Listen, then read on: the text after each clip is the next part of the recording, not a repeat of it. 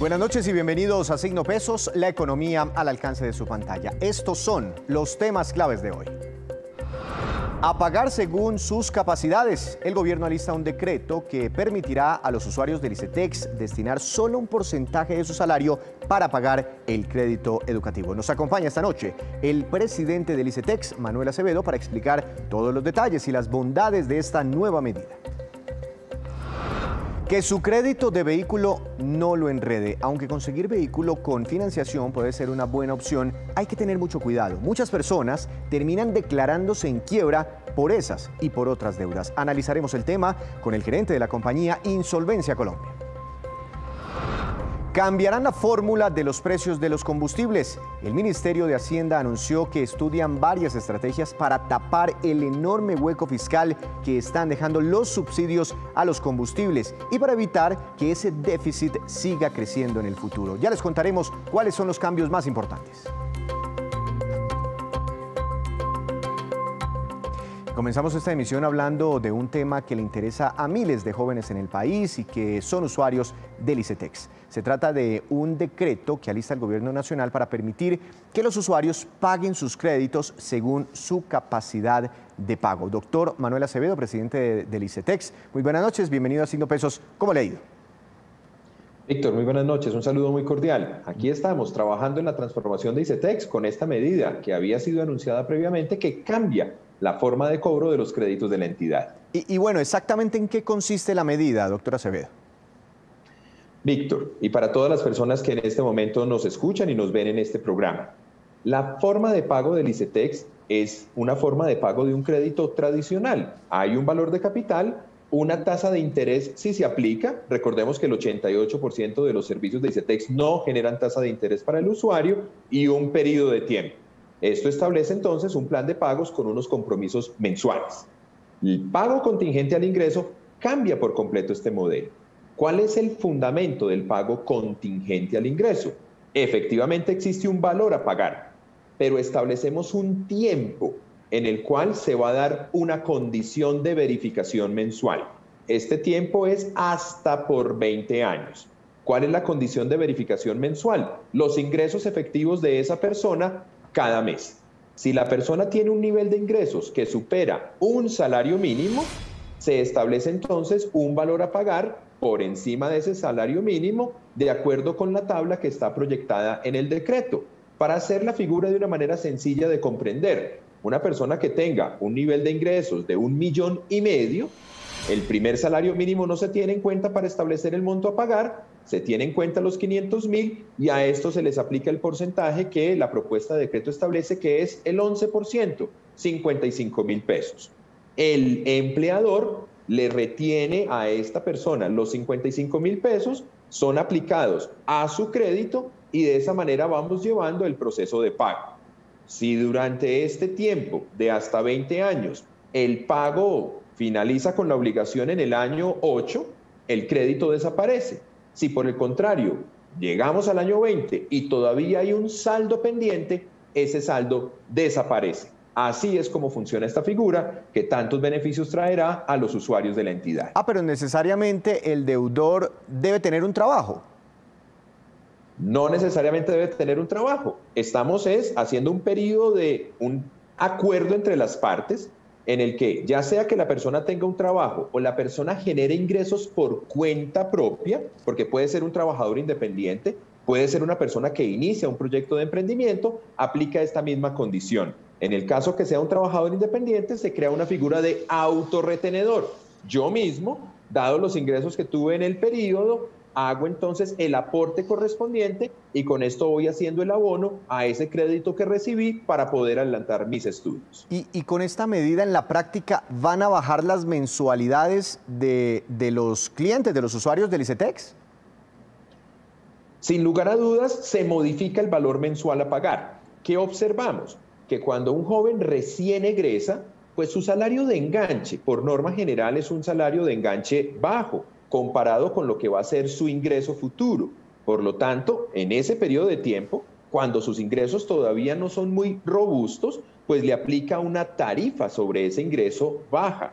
Pero en la medida que vaya avanzando en el tiempo, vaya aumentando su nivel de remuneración, pues de igual manera también irá aumentando el porcentaje que paga sin que en ningún momento este supere una cota del 20% y con eso podrá acelerar el pago de su crédito educativo. Lo que generamos aquí es un cambio completamente diferente en términos de la velocidad y la manera en la cual se hace el pago del crédito. De un modelo lineal que no tiene ninguna correlación con los ingresos a un modelo en el cual es un porcentaje de los ingresos de acuerdo con la trayectoria profesional de cada uno de nuestros usuarios. ¿Y ese 20% es sobre qué? ¿Sobre los ingresos máximos sería? Sobre los ingresos obtenidos en el mes. Nunca deberá exceder ese valor de acuerdo con los porcentajes que están definidos en el proyecto de decreto que ha sido publicado por el Gobierno Nacional, que estamos a la espera de recibir los últimos comentarios ciudadanos para ya proceder finalmente con su radicación definitiva. Pero en la práctica entonces la mensualidad sí va a variar en el tiempo. Correcto.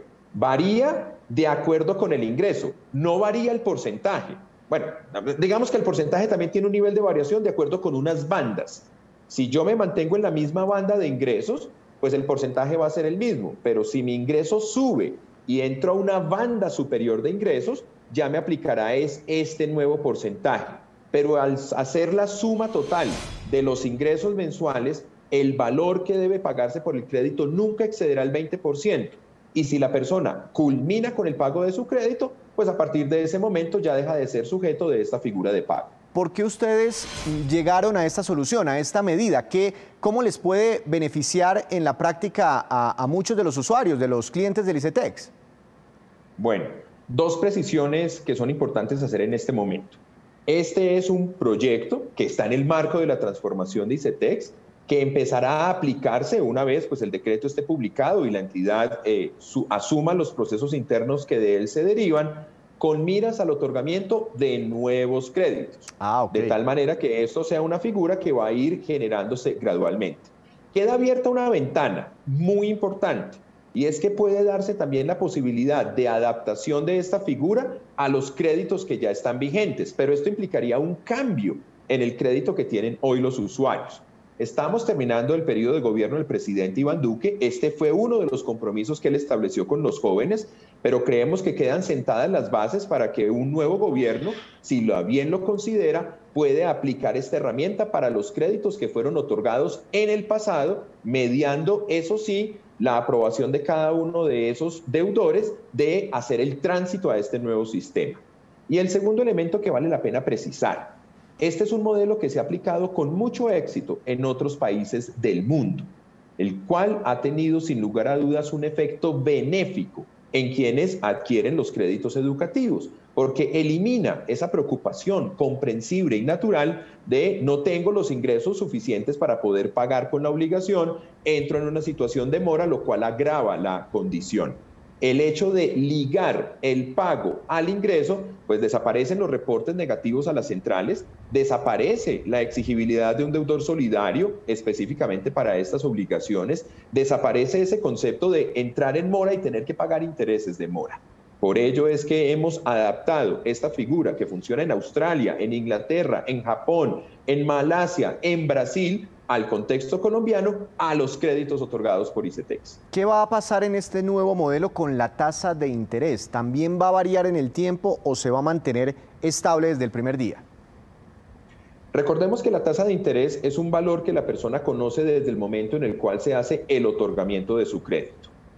A un comentario importante, si bien ya lo habíamos hecho, no sobra repetirlo, el 88% de los usuarios no pagan una tasa de interés. Por lo tanto, la condición de tasa de interés que se da en el momento del otorgamiento lo acompaña durante toda la vigencia del crédito.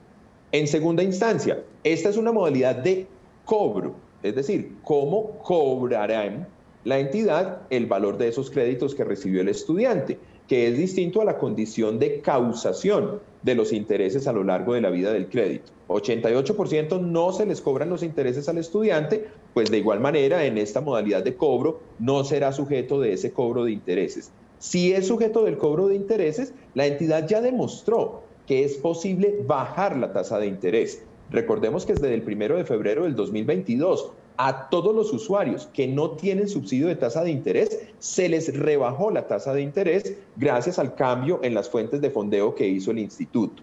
¿Qué vemos que puede seguir un camino hacia adelante? Pues un nuevo gobierno ya tiene trazada la senda, ya tiene el efecto demostrativo de que es posible seguir mejorando las condiciones de tasa, incidiendo en las fuentes de fondeo de la entidad. Entonces, para resumir a la pregunta, las condiciones de tasa son las mismas que tiene desde el momento del otorgamiento. Esta es una forma de cobro, pero estamos convencidos, a la luz de lo que ha sido la experiencia vivida en estos años, que pueden seguirse mejorando las condiciones de tasa aplicables a aquellos que no tienen subsidio de tasa mediante un trabajo intensivo en las fuentes de fondeo de la entidad. Una última pregunta o aclaración, doctor Acevedo. Pensemos en una persona de salario de $1,500,000 de pesos, que fue el ejemplo que usted nos puso inicialmente. Esa persona hoy, digamos, con el nuevo modelo se le rebajaría la mensualidad, pero ¿se le extendería a esa misma persona el tiempo, la duración del crédito? Es correcto. En esta modalidad tenemos entonces dos efectos que se combinan. Primer efecto, una rebaja sustancial. Asumamos el caso de la persona que gana $1,500,000. Asumamos que la persona va a pagar $1,500,000 o va a tener un ingreso de $1,500,000 durante toda su vida profesional. A hoy, esa persona, de acuerdo con el programa de estudios que haya desarrollado, puede tener un valor de cuota a pagar del orden de los 350,000 pesos. Con esta modalidad, el valor de cuota a pagar mensualmente será de alrededor de unos 60,000 pesos. O sea, estamos hablando de una reducción de 350 a 60,000. Pero, ¿qué sucede? Ese pago de los 60,000 tendrá lugar durante hasta 20 años. Si pagando 60,000 pesos paga la totalidad de su obligación en el año 10 desaparece el crédito. Entiendo. Porque se cancela. Pero si llegamos al año 20 y pagando 60,000 pesos mensuales no fue capaz de pagar la totalidad de su crédito, de igual manera desaparece su crédito, porque ya entonces la obligación se declara prescrita por vencimiento del plazo establecido. Ya le entendí. Esto es un seguro. Ya le entendí mejor el tema de los 20 años. Doctor Acevedo, muchas gracias por esta explicación. Estaremos pendientes de la entrada en vigencia de esta nueva norma. Muchas gracias. A ustedes muchas gracias. O de esta nueva modalidad de pago de los créditos en el ICETEX. Hacemos una breve pausa, pero cuando regresemos, espere que la General Motors anuncia una millonaria inversión en su planta de Colmotores aquí en Colombia. Ya vienen todos los detalles en la movida empresarial. Regresamos, volvemos a Signo Pesos con esta que es la cifra económica del día, que cada vez es más grande, 14,1 billones de pesos y corresponde al déficit acumulado ya que registra el Fondo de Estabilización de Precios de los Combustibles con corte a marzo de este año. De ese déficit, 7,8 billones de pesos se acumularon hasta finales del año pasado y los restantes 6,3 billones corresponden al déficit del primer trimestre de este año. Recordemos que ese déficit surge porque el gobierno no ha trasladado a los consumidores todo el encarecimiento que han tenido los combustibles, particularmente el petróleo a nivel internacional. Y es que precisamente ese déficit fue motivo hoy de una rueda de prensa de los ministros de Hacienda, José Manuel Restrepo, y también de Minas y Energía, Diego Mesa. Allí, el ministro de Hacienda anunció las estrategias y las reformas legales que se están contemplando para cubrir ese déficit y para evitar que siga creciendo hacia el futuro. Veamos todos los detalles. Pero somos conscientes también de que tenemos que dar un plan de acción hacia adelante a través de varios instrumentos. Esos varios instrumentos, ¿qué contemplan? Contemplan el primer lugar, que una vez la coyuntura inflacionaria lo permita, y tenemos que ser conscientes de que la razón por la cual hemos sostenido esta política actual a través de FEPEC para contener el aumento de los precios nacionales, como lo dije antes, tiene un propósito de evitar o de contener esta coyuntura de aumento de precios o coyuntura inflacionaria. Entonces, una vez esa coyuntura no lo permita, se evaluarían entonces medidas de corto plazo para garantizar una convergencia de precios de los combustibles. Pero simultáneamente con esto, se viene estructurando un borrador de decreto con una nueva propuesta de metodología de fijación de precios y una senda de convergencia de precios con incrementos graduales que se deberán implementar hasta cerrar los diferenciales y que se concertarán con el gobierno entrante. Claramente este es un trabajo que se hace entre el gobierno que termina y el gobierno que arranca. En tercer lugar, también el gobierno nacional usará en el corto plazo todas las disposiciones que, repito, ya contemplamos en la Ley de Presupuesto General de la Nación del 2022, que incluye sobrantes de presupuesto y servicio de la deuda, excedentes netos de dividendos previstos ya, para pagar el mayor monto posible del déficit del FEPEC del año 2022, y se constituirán también apropiaciones en el Presupuesto General de la Nación del 2023 para pagar el déficit del FEPEC restante, en la medida en la cual, repito, ya para ese momento, pues seguramente se tendrían las causaciones del segundo trimestre de este año 2022. De la misma manera, se contempla también que en aras de lo que es este mismo ejercicio que ya incluimos en el plan financiero de este año, de transparencia y accountability o contabilidad de la información referida al FEPEC, tendremos en el marco fiscal de mediano plazo casi que un capítulo especial de alternativas de financiación a largo y mediano plazo en el marco fiscal de mediano plazo que se presentará en junio, incluyendo además ajustes institucionales y algún mecanismo de fórmula paramétrica que harán parte del análisis. Y a propósito del tema de vehículos, muchos colombianos acostumbran a comprarse un carro con financiamiento del banco o del mismo concesionario, pero algunos terminan muy enredados financieramente por estos préstamos, no los dimensionan muy bien desde el principio. Doctor Luis Benítez, gerente de Insolvencia Colombia, muy buenas noches, bienvenido a Signo Pesos, ¿cómo le ha ido? Buenas noches, Víctor. Bien, muchas gracias. ¿Cómo has estado? Tengo entendido que ustedes hicieron un estudio bastante interesante sobre este tema. ¿Qué encontraron? Claro que sí. Nosotros anualmente hacemos un estudio de, digamos, la perspectiva económica y de los deudores en Colombia. Eso lo hacemos a final de cada año. Sin embargo, durante pues, varias etapas del año lo que hacemos es subdividir ese estudio en varias etapas para entender un poco el comportamiento de por qué las personas entran en insolvencia y cuáles son como las variables que más correlación tienen con cuando uno se declara en insolvencia.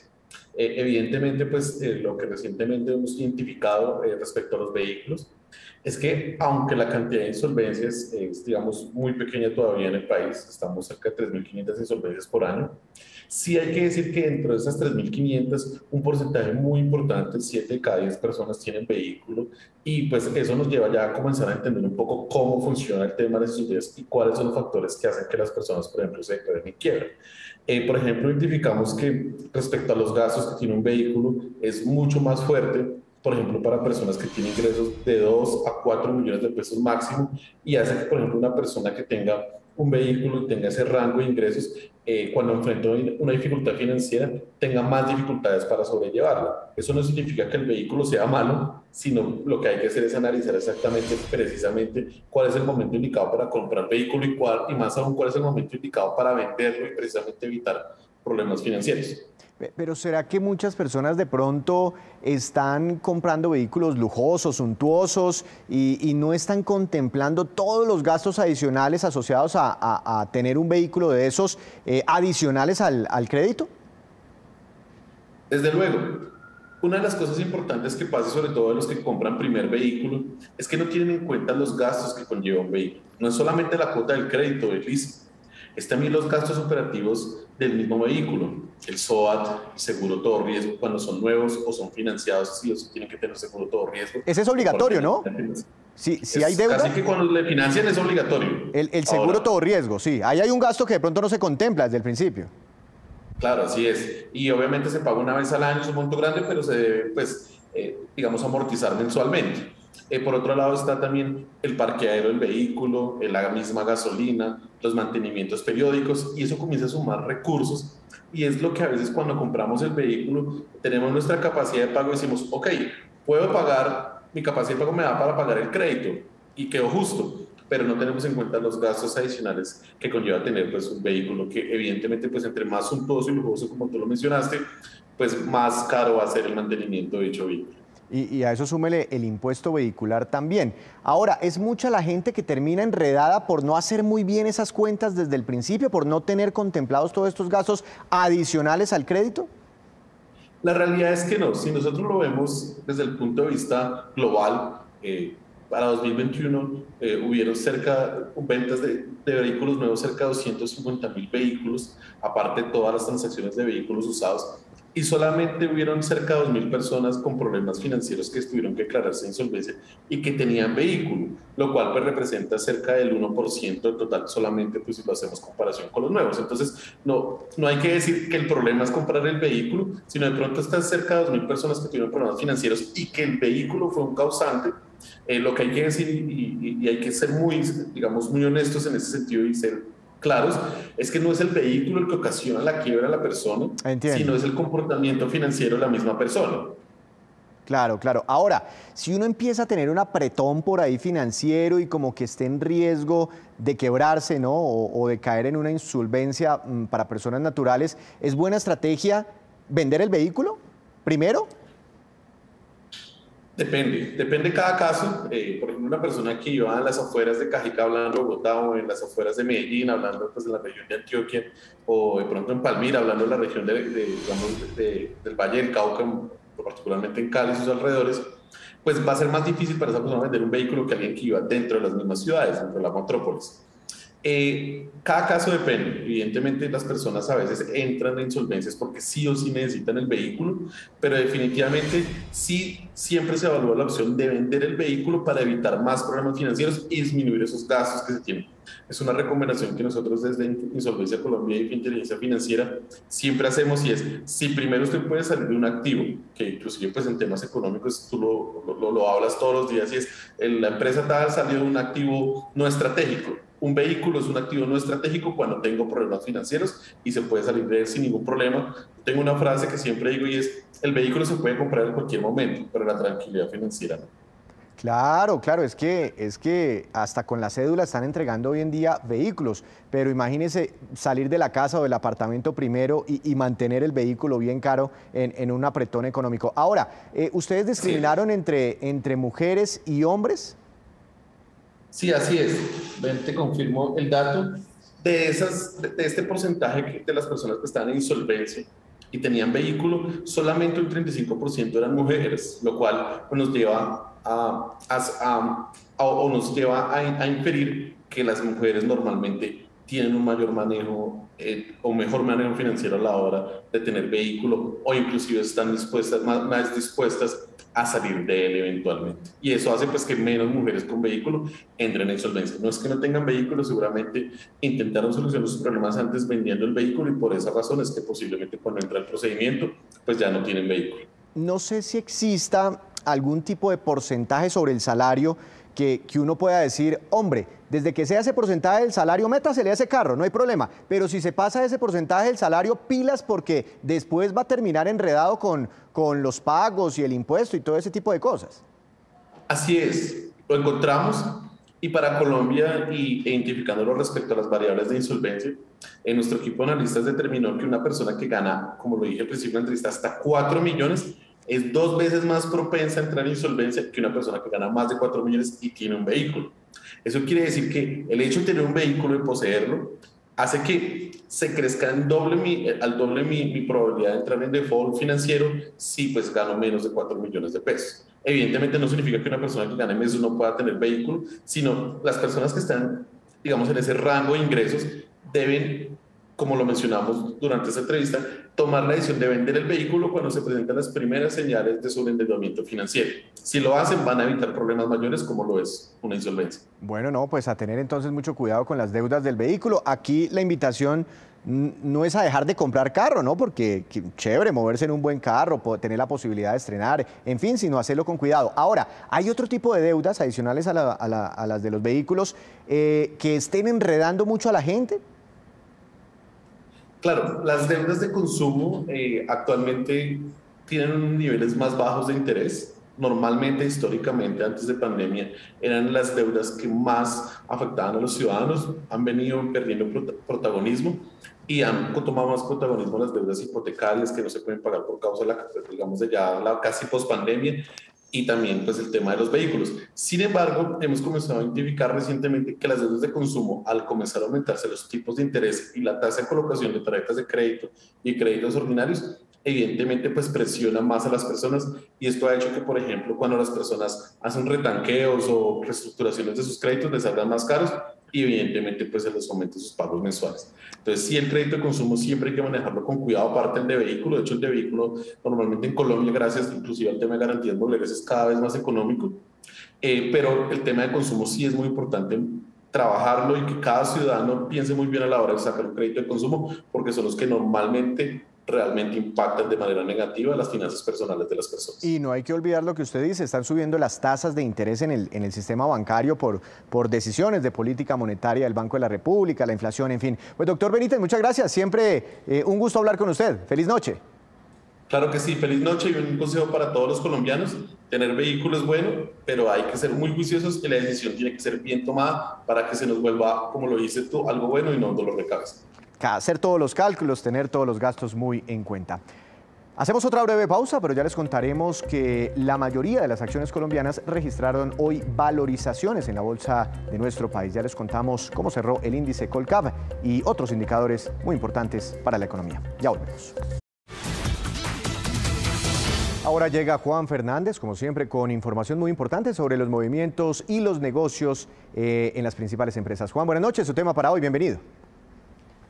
Buenas noches. Ese tema de la inversión de General Motors en Colombia, en su planta de colmotores de $50 millones, más allá de ese anuncio, el de La Plata, pues tiene un tema interesante, y es el del regreso a la compañía a ensamblar carros en Colombia, y lo hará para un vehículo pequeño llamado el Chevrolet Joy, del que espera producir un promedio de 35.000 unidades por año. Un número importante de esos vehículos irá a los mercados de exportación. Poner a rodar una planta de ensamblaje necesita actualización y tener a la mano proveedores locales. Esa planta General Motors en Colombia tiene unos 66 años y desde entonces pues ha podido ensamblar más de 1,5 millones de vehículos. Y su foco reciente ha estado en poder duplicar la producción de camiones también y llegar a cerca de 12.000. En ventas de este año acumuladas, Chevrolet ocupa el segundo lugar después de Renault. Juan, ¿por qué no nos cuenta un poco más sobre la historia de las ensambladoras en Colombia? Sí, mire, por supuesto, esa es la noticia, pero la historia de las ensambladoras en Colombia ha sido interesante y nace a mediados de la década de 1950, cuando los gobiernos aumentaban y disminuían los impuestos a los carros y cerraban y abrían las importaciones. Y quien estuvo detrás de ese inicio de esas ensambladoras fue don Germán Montoya, para así aprovechar las exenciones fiscales de producir localmente. Y pues por eso nace en 1956 la fábrica colombiana de automotores Colmotores, que se inicia con la British Motor Corporation, que logró ensamblar un camión Austin en los años 60, usando algunas autopartes fabricadas en Colombia. Esa década de 1960 fue la que dio inicio a las ensambladoras. Leonidas Lara e hijos, por ejemplo, crearon la compañía colombiana automotriz, después vino Sofasa Renault, y por allá en 1965 fue cuando Chrysler compró a Colmotores y con ello vino el ensamblaje, por ejemplo, de un vehículo de la marca Dodge. Al final es un poco de historia de las ensambladoras, pero que caben muy bien en todo este tema de inversiones, en este caso de General Motors, en su planta de producción en Colombia. Muchas gracias, Juan. Lo esperamos mañana. $50 millones anuncia entonces la General Motors de inversiones aquí en el país. Ahora vamos con estos que son los indicadores económicos que usted debe conocer antes de irse a dormir. Tasa representativa del mercado que regirá para mañana. Dólar, 3.758 pesos con 65 centavos. Subió un poquito el dólar, 2 pesos con 80 centavos. El petróleo de referencia Brent para nuestro país tuvo una caída de 0,21%. Se ubicó en $107 con 3 centavos por barril. El precio interno del café colombiano bajó y quedó en promedio a 1.958.000 pesos por carga. El índice MSCI Colcap de la Bolsa de Valores de Colombia tuvo un incremento del 2%, una interesante valorización. La acción que más subió fue la de Fabricato, la textilera, tuvo una ganancia de 6,13%. Bueno, ahora también tiene negocios inmobiliarios. Y la acción que más cayó fue la de Enca, con un retroceso del 3,61%. Y antes de despedirnos, los dejo con este dato. Ayer les contamos que Proimágenes tiene disponibles 255.000 millones de pesos para incentivar las producciones audiovisuales grabadas aquí en el país. Pero queremos precisar que la firma de servicios profesionales BDO en Colombia no es la responsable de auditar la convocatoria de Proimágenes, ni tampoco la entrega de los recursos. Su papel será trabajar con las productoras nacionales e internacionales en el desarrollo de la auditoría de sus proyectos asociados a estas contraprestaciones. Así terminamos por hoy, pero los esperamos mañana con una nueva emisión y con toda la información económica que usted necesita saber. Esto es Signo Pesos, la economía al alcance de su pantalla. Que tenga una feliz noche.